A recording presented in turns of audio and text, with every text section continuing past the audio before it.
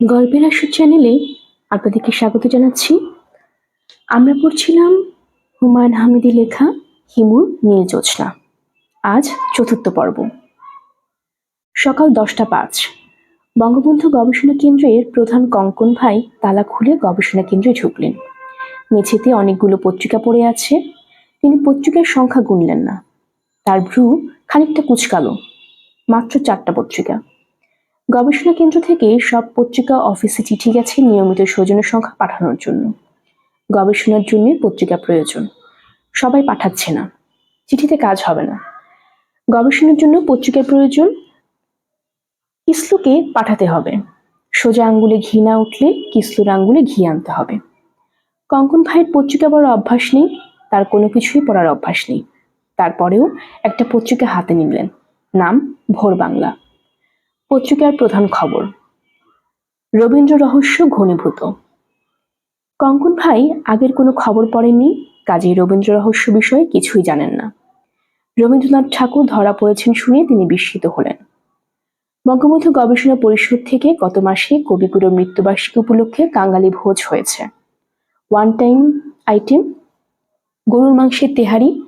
এখন দেখা যাচ্ছে তিনি বেঁচে আছেন এবং পুলিশের হাতে গ্রেফতার হয়েছেন। এমন একজন সম্মানিত মানুষকে পুলিশ ঊর্ধ্বতন কর্তৃপক্ষের নির্দেশ ছাড়া গ্রেফতার করবে না। তাহলে কি বর্তমান সরকার রবীন্দ্রনাথ বিরোধী অবস্থান নিয়েছে? যদি নিয়ে থাকে তাহলে বঙ্গবন্ধু গবেষণা কেন্দ্রকে অ্যাকশনে যেতে হবে। কবিগুরুর কুশপুত্তলিকা দাহের ব্যবস্থা করতে হবে। কুশপুত্তলিকার অভাব নেই, 3টা বানানোই আছে। কঙ্কন ভাই মনোযোগ দিয়ে দ্বিতীয়বার খবরটা পড়ে মোটামুটি বিভ্রান্ত হয়ে গেলেন। একটা মেস থেকে রবীন্দ্রনাথকে গ্রেফতার করেছেন থানা ভারপ্রাপ্ত ওসি জনাব গফুর। যাকে গ্রেফতার করা হয়েছে তার উচ্চতা প্রায় 6 ফুট, গাত্রবর্ণ গৌর। সাংবাদিকরা তার ছবি তুলেছেন। কয়েক ঘন্টার ব্যবধানে রবীন্দ্রনাথ বদল হয়েছেন। দেখা গেছে হাজতের রবীন্দ্রনাথের উচ্চতা 3 ফুট, গাত্রবর্ণ ঘন কৃষ্ণ। ভারপ্রাপ্ত ওসিকে স্ট্যান্ড রিলিজ করা হয়েছে। রহস্য সমাধানের জন্য ব্যাপক তদন্ত শুরু হয়েছে। দেশপ্রেমিক নাগরিকদের কাছে আবেদন করা হচ্ছে রবীন্দ্র নাটকের মূল নায়ককে পুলিশে ধরিয়ে দিতে। মূল নায়কের নাম সামাদ মিয়া। সামাদ মিয়া সম্পর্কে যে কোনো তথ্য র্যাব বা থানাকে জানাতে অনুরোধ করা হচ্ছে। কঙ্কন ভাই খবর পড়ে কিছুক্ষণের মধ্যে তবদা মেরে গেলেন। দেশে এত কিছু ঘটে গেছে তিনি জানতেনই না। সামাদ মিয়া সম্পর্কে তথ্য তার কাছে আছে। এই বদমাইশ কাজী নজরুল ইসলাম সেজে বঙ্গবন্ধু গবেষণা কেন্দ্রে এসেছিল, থাপ্পড় খেয়ে বিদায় হয়েছে। কঙ্কন ভাই সিগারেট ধরালেন। চা ছাড়া সিগারেট টেনে সুখ পাওয়া যায় না। হাসিম এখনো আসেনি বলে চা খাওয়া যাচ্ছে না। গবেষণা কেন্দ্রে চা কফির ব্যবস্থা আছে। সিগারেট টানতে টানতে কঙ্কন ভাইয়ের মাথায় নতুন আইডিয়া চলে এলো। তিনি খানিকটা উত্তেজিত বোধ করলেন। রবীন্দ্র ঝামেলা মিটে গেলেই এই আইডিয়া নিয়ে এগোতে হবে, দেরি করা যাবে না। আইডিয়ার খুঁটিনাটি কিসলুকে জানাতে ইচ্ছে করছে, কিন্তু জানানো যাচ্ছে না। তার মোবাইল ফোন গত রাতে চুরি গেছে। মানুষ মোবাইল ফোন সেট পকেটে রাখে, কঙ্কনও রাখত। আইফোন কেনার পর পকেটে রাখা বন্ধ করে আইফোন হাতের মুঠোয় নিয়ে ঘোরার আনন্দই আলাদা। সবাই সারাক্ষণ দেখছে হাতের মুঠোয় কি জিনিস, মানুষকে দেখাতে গিয়ে দুর্ঘটনা। হাতের মুঠোর জিনিস ফসকে গেছে। এখন কঙ্কন ভাই খানিকটা স্বস্তি বোধ করছেন। মাথায় যে আইডিয়া এসেছে তার সফল বাস্তবায়ন হলে একটা নতুন আইফোন কেনার পরেও হাতে কিছু ক্যাশ টাকা থাকবে। বঙ্গবন্ধু গবেষণা কেন্দ্রের নাম পাল্টে নজরুল পাঠচক্র দেওয়া। এখানে লোকজন আসবে, জাতীয় কবির রচনা পাঠ করবে, তার সম্পর্কে জানবে। বঙ্গবন্ধু গবেষণা কেন্দ্র নাম রাখার কিছু বিপদ আছে। সরকার বদল হলেই নাম বদল হবে, নতুন নাম জিয়া গবেষণা কেন্দ্র। বাড়ি ছাত্র দলের দখলে চলে যাবে। নজরুল পাঠচক্র এই চক্কর থাকবে না। নতুন নামকরণ উপলক্ষে কাঙালি ভোজের আয়োজন করা হবে। আলোচনা সভা এবং সাংস্কৃতিক অনুষ্ঠান, পত্রপত্রিকা এবং টিভি চ্যানেলগুলোকে দাওয়াত দেওয়া হবে। এটা কঙ্কন ভাইয়ের অপ্রধান আইডিয়া। প্রধান আইডিয়া হচ্ছে যখন রান্নাবান্না শুরু হবে তখন একদল উচ্ছৃঙ্খল মানুষ হামলা করবে। অনুষ্ঠান পণ্ড হয়ে যাবে, কয়েকজন গুরুতর আহত হবে। এতে লাভ 2টা। খাওয়া দাওয়ার ব্যবস্থা করতে হবে না, ডেকোরেটরের কাছ থেকে রান্না করা হাঁড়ি পাতিল ভাড়া করলেই হবে। জখমও হবে ডেকোরেটরের লোকজন। এদের জখম হওয়ার সময়ও হয়ে গেছে। ফ্রি সার্ভিস দিতে চায় না, ঘাড়ে ধরে আদায় করতে হয়। দেশের প্রতি মায়া নাই, আছে টাকার ধান্দায়, বদমাইশের দল। দ্বিতীয় লাভ হলো প্রচার। কঙ্কন ভাই কাঙালি ভোজ উপলক্ষে চাঁদা সংগ্রহ কিভাবে করা যায় তা ভাবতে লাগলেন। আশেপাশের বাড়িতে যেতে হবে, সঙ্গে থাকবে কিসলু। কিসলুর চেহারা দেখলেই বাড়িওয়ালা কলিজা পানি হয়ে যাবে। মুখ ফুটে চাঁদা চাওয়ার আগেই চাঁদা চলে আসবে, চা নাস্তা চলে আসবে। অনেকের সঙ্গে টেলিফোনে কথা হবে। অতি ভদ্র অতি বিনয়ী নারীকণ্ঠে টেলিফোন যাবে। নারীকণ্ঠ বলবে, বঙ্গবন্ধু গবেষণা পরিষদ থেকে বলছি, আমি রিনা। কেমন আছেন? শুভ দুপুর। চাঁদা চাইতে হবে বঙ্গবন্ধু গবেষণা কেন্দ্রের নামে। নজরুল পাটচক্রের নামে চাঁদা চাইলে 2 টাকা ছেঁড়া নোটও পাওয়া যাবে না। টেলিফোনে যে নারীকণ্ঠ চাঁদা চাইবে সে কঙ্কন ভাইয়ের স্ত্রী, নাম সুমনা, মহিলা লীগের প্রচার সম্পাদিকা। সুমনা আদর্শ পত্নী, স্বামীর সব কাজে সাহায্য করতে প্রস্তুত। সে বঙ্গবন্ধু গবেষণা কেন্দ্রের একজন গবেষক। মন্ত্রীদের কাছ থেকে টাকা আদায়ের তার ভালো দক্ষতা আছে। গত মাসেই ত্রাণমন্ত্রীর কাছ থেকে 500 কম্বল, 300 সোয়েটার এবং 18 টিন অলিভ অয়েল নিয়ে এসেছে। সব গবেষণা কেন্দ্রে জমা আছে। কঙ্কন ভাইয়ের গভীর চিন্তামগ্ন অবস্থায় যিনি ঢুকলেন তার গায়ে হলুদ পাঞ্জাবি, পা খালি। তার নাম হিমু, ভালো নাম হিমালয়। তিনি কঙ্কন ভাইকে দেখে বিনয়ে গলে গিয়ে বললেন, কঙ্কন ভাই কেমন আছেন? শুভ দুপুর। কঙ্কন ভাই বললেন, আপনি কে? আমাকে একজন পাঠিয়েছে। কে পাঠিয়েছে? তার নাম তো বলতে পারছি না, নিষেধ আছে। তিনি আপনার কাছে সামান্য চাঁদা চান, খুবই অল্প। হতভম্ব কঙ্কন ভাই অনেক কষ্টে নিজের হতভম্ব ভাব সামলালেন। তখন রাগ তাকে অভিভূত করল। তিনি রাগে তোতলাতে বললেন, আমার কাছে চাঁদা চায়? বান্দির পুত্রকে? কঙ্কন ভাই, আপনি ওনার বিষয়ে যে নোংরা কথা বলেছেন সেটা আমি শুনি নাই। মাঝে মাঝে আমি কানে কম শুনি। যাই হোক, আপনি 13 তারিখ রাত 8টার মধ্যে টাকার ব্যবস্থা করবেন। বেশি না, 13 লাখ। 13 তারিখের সঙ্গে মিল রেখে 13 লাখ। 10 তারিখ হলে বলতাম 10 লাখ। আপনার 3 লাখ টাকা বাঁচত, কিন্তু উনি ডেট দিয়েছেন 13। 13 লাখ টাকা চাঁদা চায় আমার কাছে? আপনি কে? কি নাম? আমার নাম হিমু, অনেকে ডাকে হিমালয়। হিমালয় ঠান্ডা তো, কাজেই হিমালয়। আমি নিজেও ঠান্ডা। আবার কেউ কেউ ডাকে হিমবাহ। হিমবাহ বুঝেন তো? পানির উপরে সামান্য বের হয়ে থাকে, সবটাই থাকে নিচে। আপনি আমার পানির উপরের অংশ দেখেছেন, নিচেরটা দেখছেন না। তোমার পেটের ভুঁড়ি বের করতে আমার 1 মিনিট লাগবে। আমায় চিনো না। আপনাকে কেন চিনব না? আপনি কঙ্কন ভাইয়া, অন্যের বাড়ি দখল করে আসর জমিয়ে বসেছেন। আজ আপনি একা কেন? আপনার লোকজন কোথায়? মোবাইলে টেলিফোন করে লোকজন যে ডাকবেন তাও সম্ভব না। মোবাইল হারিয়ে ফেলেছেন, তাই না? আহারে, এমন দামি সেট। তুই জানোস কেমনে? এই মোবাইলের খবর তুই কেমনে জানোস? হিমু বলল, শুরু করেছিলেন আপনি, তারপর তুমি, এখন তুই। আমি আপনি দিয়ে শুরু করেছি, শেষ পর্যন্ত আপনিই বলবো। ভদ্রতার খেলাফ হবে না। কষ্ট করে জানলা দিয়ে একটু বাইরে তাকাবেন। কাউকে কি দেখা যায়? ওনাকে চিনেন? ওনার নাম জগলু, আঙ্গুল কাটা জগলু। উনি নিজের আঙ্গুল কাটেন না, অন্যের আঙ্গুল কাটেন, এই জন্যই নাম আঙ্গুল কাটা জগলু। কঙ্কন ভাই, আপনার এখানে চায়ের ব্যবস্থা আছে না? 1 কাপ চা খাওয়া যাবে? কঙ্কন কিছু বলল না, আর চোখে ঘড়ির দিকে তাকালো। কিসলুর আসার কথা, এখনো কেন আসছে না? জানালা দিয়ে কাউকে দেখা যাচ্ছে না। ভাওতাবাজি হতে পারে। আঙ্গুল কাটা জগলুকে কঙ্কন চিনে। আঙ্গুল কাটা জগলু দিনে দুপুরে বের হবে না। তাছাড়া সে যতদূর জানে, আঙ্গুল কাটা জগলু জেলে। তার কাছে মনে হচ্ছে পুরোটাই ভাওতাবাজি। দেশ চলছে ভাওতার উপরে। কঙ্কন ভাই, চায়ের কথা বলেছিলাম। চা বানানোর লোক নাই। অপেক্ষা করি, আপনার লোকজন আসুক, চা খাই। আমি আপনার এখান থেকে চা না খেয়ে চলে যাব, এটা কেমন কথা? আপনার ইজ্জত আছে না? সাহস থাকলে বসে থাক। হিমু শান্ত গলায় বলল, সাহসের আমার অভাব নেই, সাহসের অভাব আপনার। আমি চায়ের জন্য অপেক্ষা করব। আসুক আপনার লোকজন। শুনেছি আপনার এখানে ক্যারাম খেলা হয়, একদান ক্যারমও খেলবো।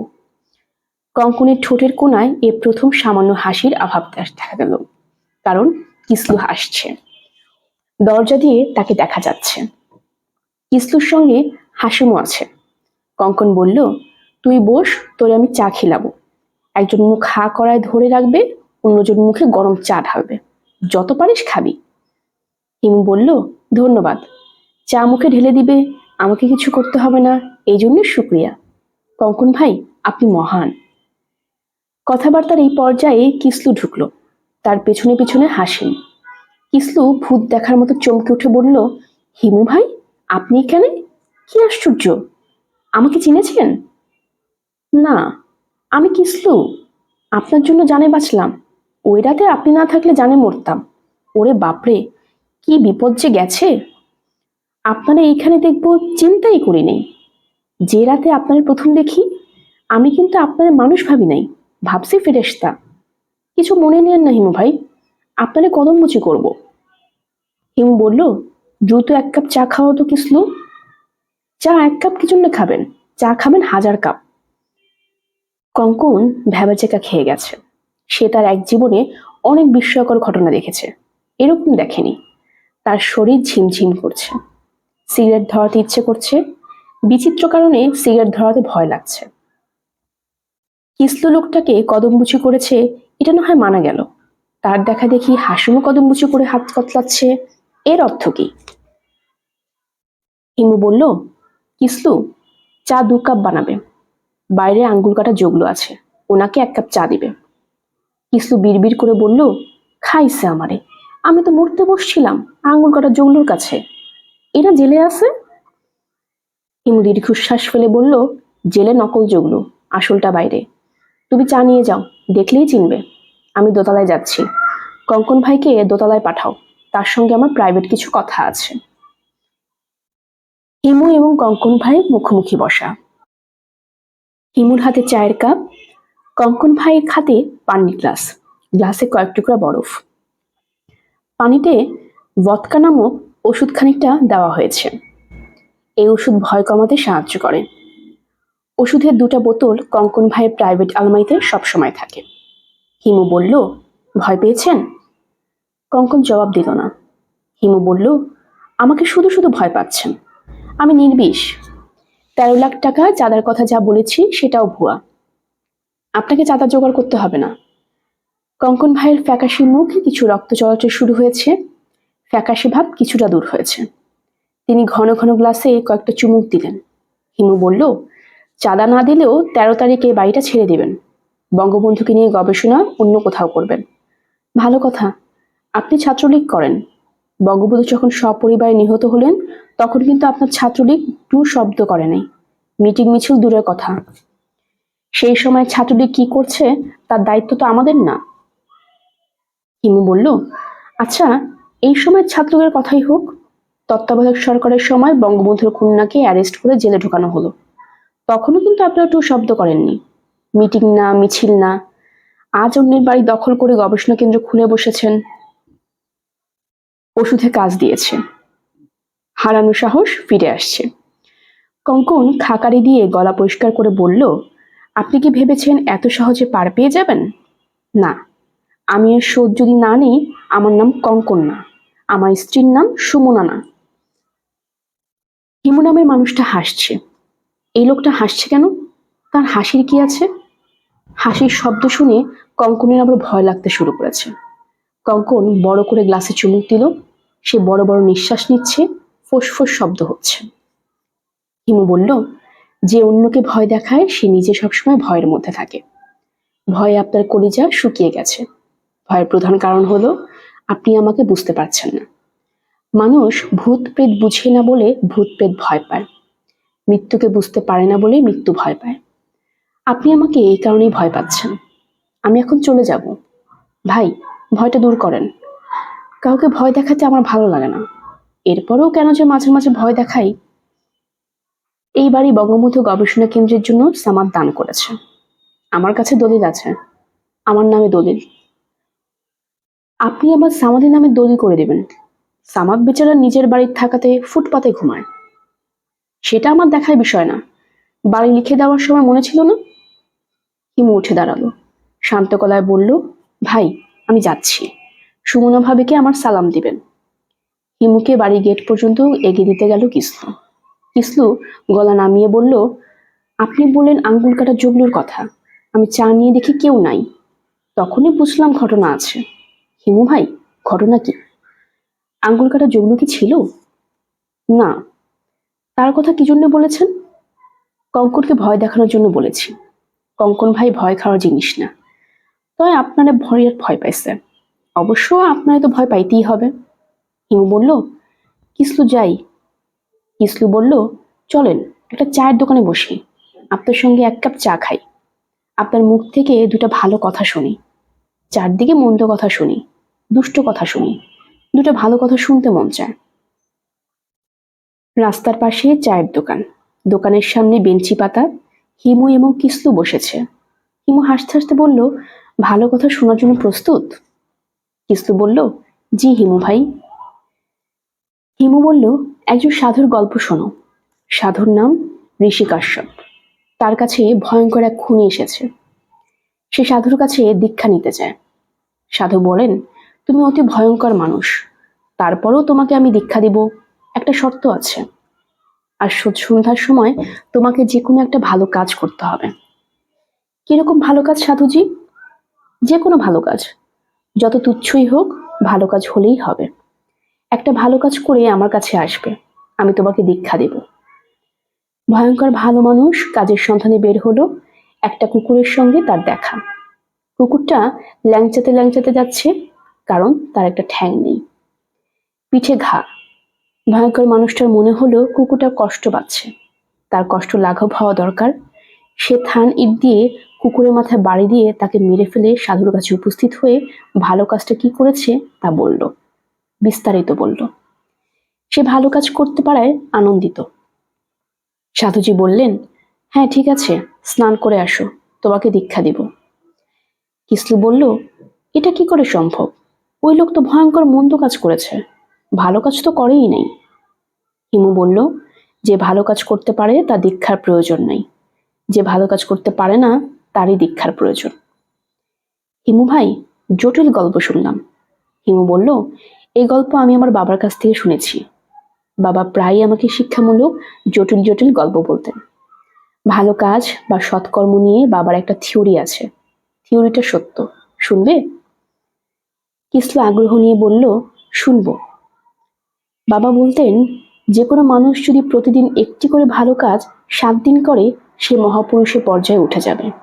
এরপর সে যাই বলবে তাই সত্য হবে। বলেন কি? চেষ্টা করে দেখবে? প্রতিদিন একটা ভালো কাজ করাও কিন্তু বেশ কঠিন। অবশ্যই চেষ্টা করে দেখব, এখনই একটা ভালো কাজ করব। ওই দেখেন হিমু ভাই, একটা বুড়া মানুষ রাস্তা পার হওয়ার চেষ্টা করছে, গাড়ির কারণে পার হতে পারছে না, তাকে যদি রাস্তা পার করায় দেই, কাজটা কি ভালো কাজ হবে? অবশ্যই হবে। কিসলু লাফ দিয়ে উঠে দাঁড়ালো, ছুটে গেল রাস্তায়, দুহাত তুলে গাড়ি থামালো, বৃদ্ধকে হাত ধরে রাস্তা পার করলো। বৃদ্ধ বলল, আব্বাজি, আপনার নাম? কিসলু বলল, আমার ডাক নাম কিসলু।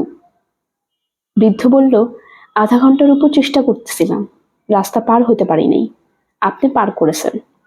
আজ মাগরিবের ওয়াক্তে আপনার জন্য দোয়া করব বলে আপনার নাম জানতে চেয়েছি। কিসলুর চোখে পানি এসে গেল। সে বের হলো দ্বিতীয় ভালো কাজের সন্ধানে। একটা ভালো কাজ করে সে তৃপ্তি পাচ্ছে না। হিমুর বাবা ভালো কাজ বিষয়ে হিমুকে লিখিত উপদেশ দিয়ে গেছেন। তিনি লিখেছেন, বাবা হিমালয়, ভালো কর্ম বা সৎকর্ম করা তোমার প্রয়োজন নেই। সৎকর্ম নেশার মতো, একটি সৎকর্ম করলে আরেকটি করতে ইচ্ছে করবে। সৎকর্মের নেশা তৈরি হবে। যে কোনো নেশাই মানুষের জন্য ক্ষতিকর। নেশা হলো নেশা, ভালো নেশা মন্দ নেশা বলে কিছু নাই। তুমি সেই সৎকর্ম করবে যা অন্যরা করতে পারছে না, অন্যদের করার ক্ষমতা নাই। সৎকর্ম যেমন নেশা তৈরি করে, অসৎকর্মও করে। নেশাগ্রস্ত হয়ে দুষ্ট লোকে একের পর এক অসৎকর্ম করতে থাকে। এখন কি বুঝতে পারছো, সৎকর্ম অসৎকর্ম একই মুদ্রার দুই পিঠ? কিসলু সন্ধ্যা মেলাবার আগে 4টি সৎকর্ম করে ফেলল। সৎকর্ম এবং তার ফলাফল নিম্নরূপ। বৃদ্ধকে রাস্তা পার করানো। বৃদ্ধ তার নাম জানতে চেয়েছে এবং বলেছে মাগরিবের নামাজে তার জন্য দোয়া করবে। একজন টোকাইকে পাউরুটি এবং কলা কিনে দেওয়া। টোকাই পাউরুটি কলা হাতে নিয়েই দৌড় দিয়েছে। তার আচরণ রহস্যময়। এক মহিলা মালিবাগ যাবে, রিক্সা পাচ্ছিল না। কোনো রিক্সায় মালিবাগ যাবে না, তার জন্য রিক্সার ব্যবস্থা করে দেওয়া। এই মহিলার আচরণও টোকাইয়ের মতো। সে গম্ভীর মুখে রিক্সায় উঠেছে, কিস্তুর দিকে ফিরেও তাকায়নি, যেন রিক্সায় এনে দেওয়া কিস্তুর দায়িত্ব। একজন ট্রাফিক পুলিশকে এক বোতল পানি কিনে দেওয়া। পানির বোতল পেয়ে ট্রাফিক পুলিশ হতভম্ব হয়ে তাকিয়েছিল। তার চোখে প্রায় পানি আসার উপক্রম। ট্রাফিক পুলিশ বলল, ভাই, আপনি আমাকে পানির বোতল দিলেন কি জন্যে? কিসলু বলল, অনেকক্ষণ ধরে লক্ষ্য করেছি আপনি রোদে দৌড়াদৌড়ি করছেন। আপনাকে দেখে মনে হলো আপনার পানির তৃষ্ণা পেয়েছে, ডিউটি ছেড়ে যেতে পারছেন না। ট্রাফিক পুলিশ বলল, ভাই, আপনি হাতটা বাড়ান, আপনার হাতটা একটু ধরবো। সন্ধ্যা পার হয়ে গেছে, এখন ভালো কাজ না করলেও চলে, ভালো কাজ সন্ধ্যা পর্যন্ত করার কথা। তারপরেও কিসলুর মাথায় ঘুরতে লাগলো, আর কি করা যায়। সে রীতিমতো অস্থির। অফিসার গফুরকে ধানমন্ডি থানা থেকে ক্লোজ করে খাগড়াছড়ি থানা ওপেন করা হয়েছে। তিনি সেখানে ভালো আছেন। থানা কম্পাউন্ডের পেছনে অনেকখানি জায়গা, তিনি সেখানে সবজি চাষ শুরু করেছেন। পাহাড়ি বেগুন লাগিয়েছেন।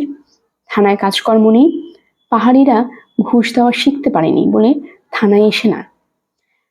মামলা মোকদ্দমা নাই, ঝামেলা নিজেরা মিটিয়ে ফেলে। কাজেই অফিসার গফুর সবজি চাষে মন দিয়েছেন।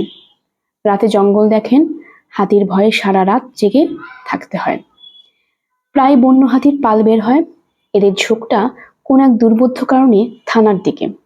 একটা পুরো রাত তাকে থানা কম্পাউন্ডের বিশাল শিরিষ গাছে উঠে কাটাতে হয়েছে। সেই রাতে হাতির পাল আরেকটু হলে থানায় ঢুকে যেত। শিরিষ গাছে দ্রুত ওঠার জন্য তিনি অর্ডার দিয়ে একটা মই বানিয়েছেন। মই গাছের সঙ্গে সেট করা হয়েছে।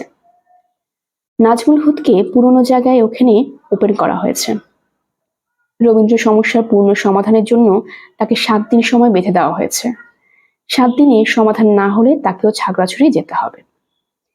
13 তারিখ 7 দিন শেষ হবে, তবে খাগড়াছড়ি নিয়ে তিনি চিন্তিত না। তিনি সিদ্ধান্ত নিয়েছেন চাকরি ছেড়ে দেবেন। তার মধ্যে অভিনয়ের প্রবল আকাঙ্ক্ষা দেখা যাচ্ছে। তিনি আজিজ সুপারমার্কেট থেকে একটা বই কিনেছেন। বইয়ের নাম অভিনয় কলা। বই অভিনয় বিষয়ে অনেক টিপস দেওয়া আছে, চোখের এবং মুখের এক্সারসাইজ দেওয়া আছে। আয়নার সামনে এইসব এক্সারসাইজ তিনি নিয়মিত করছেন। গলার স্বর উন্নত করার জন্য হারমোনিয়াম কিনে সারেগামা পাধানিসা করছেন। আবৃত্তি ক্লাসে ভর্তি হয়ে বৃন্দ আবৃত্তি করছেন। আমরা পড়ছিলাম হুমায়ুন আহমেদের লেখা হিমুর নীল জোছনা। আমরা প্রায়ই গল্প পড়ে থাকি। আপনাদের যদি আমাদের গল্প পাঠ ভালো লেগে থাকে, সাবস্ক্রাইব করে পাশে থাকবেন, বন্ধুদের সাথে শেয়ার করবেন। ভালো থাকবেন।